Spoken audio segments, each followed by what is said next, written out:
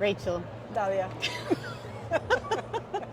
Good to see you. Good to see you too. It's been At a while. IMEX USA Vegas, and I think this is our third year, fourth, eighth. How many Who's years have you counting? been? Who's counting? I have no idea. Are I you? don't know. No. Okay. No. So, first things first, before we talk about Snöball and all that great stuff, what do you use for your curly hair? Oh my God. What do I use for? It's a secret. I mean, It can't be. there's a whole process for that. I don't Yeah. know. A product, I keep changing product because they never know which one is going to work best. You have the best one, but you know, you have to work it in. and Well, then the you reason I say fluff it. so is because there are a lot of event profs that come to IMEX that have curly hair, Yes. and they're always trying new products. And I will tell you, first, Wided is the best, With oh yeah. right? And then you have like the curly purple stuff. But yes, You're on brand people- with the purple and all that stuff. On brand. I should get some blue ones but or white for snow. yeah, but event profs are always trying new things. Yes.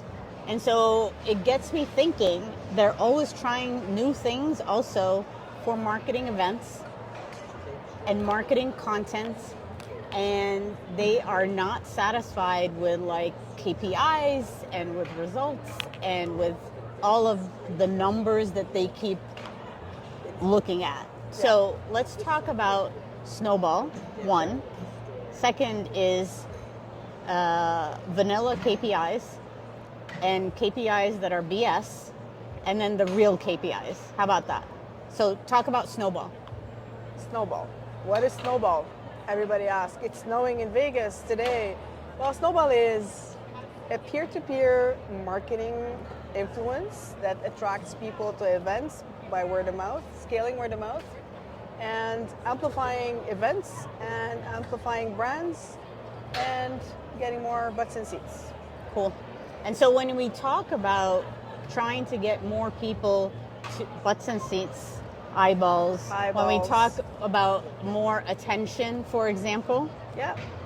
so Engagement. engagement, let's talk about like the KPIs that are missed. Let's talk about the KPIs that like, you know, are like the shiny objects versus the ones that event profs and event marketers really need to focus on. Well, yesterday I was at this gift session for the lab, and somebody said it really well. Like, you know, they're talking about social media and like why people do social media and amplifications, and people are posting on social media. It's like, you have a dishwasher. What's the ROI on a dishwasher? You really, like, you know, I can tell you from a mother's perspective what the dishwasher ROI is right now. probably, Yeah. but it's that you need it. And then when we talk about ROI and about KPIs, for us in our world, it's tied. Right now, they look at it as how many people did I get to register to my event. They look at those numbers specifically. Some fluff ones, when you look at it, it's like, okay, we got this many impressions, and this many people saw it. Like, that was like 1990s, you know, and it's like, you know, ooh, my social post reached this many. Yes, but what did it do for you, really? And what can you show for it? Right. So it's the conversions has to have a different understanding. Yes, and everybody has a different definition for conversion. And what we define as conversion is somebody that went through the process, that saw your social post, got to the event site, looked at it, got interested, went through the registration, registered, got to that confirmation page at the end of it. That's a conversion. It's not a conversion that we drove this many traffic to your site and we don't know what happened with them after. But you're able to track those that were almost there and not got through. Yes. And so what do you tell event profs that actually sort of ignore that? They don't really target them with any special like campaigns or any special incentives or like, we saw you look. It's a missed opportunity. You look at it when shopping. You know, I think we need to get inspired a little bit and get out of our own little bubble of events and look what happens in consumer marketing. How do they get you to go back and shop and get that pair of shoes? Because you see it everywhere. Yeah. You went to it. It was like a spontaneous thing, probably impulsive thing. It's like, oh, I got it. It's like, oh, maybe not. And then you stop. And then it's going to follow you and haunt you on every single site after that. Right. And till you make that decision. Same thing for event registrations.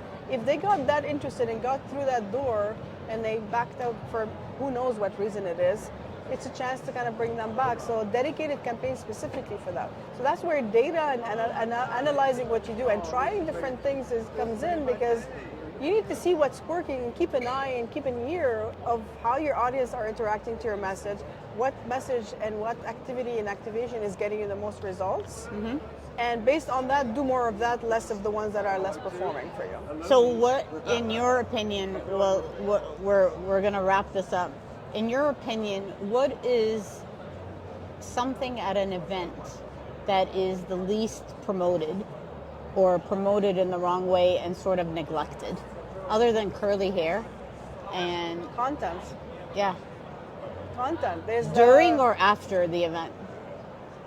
Well, during event, you have all kinds of content that is being created and generated and user generated, and that is done by whether sponsors, exhibitors, or in sessions, and it just stays in the hall, and it stays here, and it just backed away, and then we forget about it and move on, and that's the biggest but it's gold. Yes, it's a missed opportunity to do that. Because you can take that and use it. Everybody should know this for marketing, but everybody's so tired they really don't see what the flow or the plan or the strategy should be. Yes, I mean they're all short-staffed and staff is small and trying to do so many things at the same time. But now there's a lot of tools and talk about AI and there's many tools that will help you repurpose this and get it to use it for very cool for your future marketing. Awesome. So if someone wants to know more of better KPIs when it comes to marketing and influencer marketing, as well as curly hair products, how can they reach you? I live on LinkedIn, so look for me, Rachel Stephan, and you can go to our website, Snöball, SNOBALL.events, and then we're happy to chat and talk anything marketing. That was awesome. Yeah, perfect.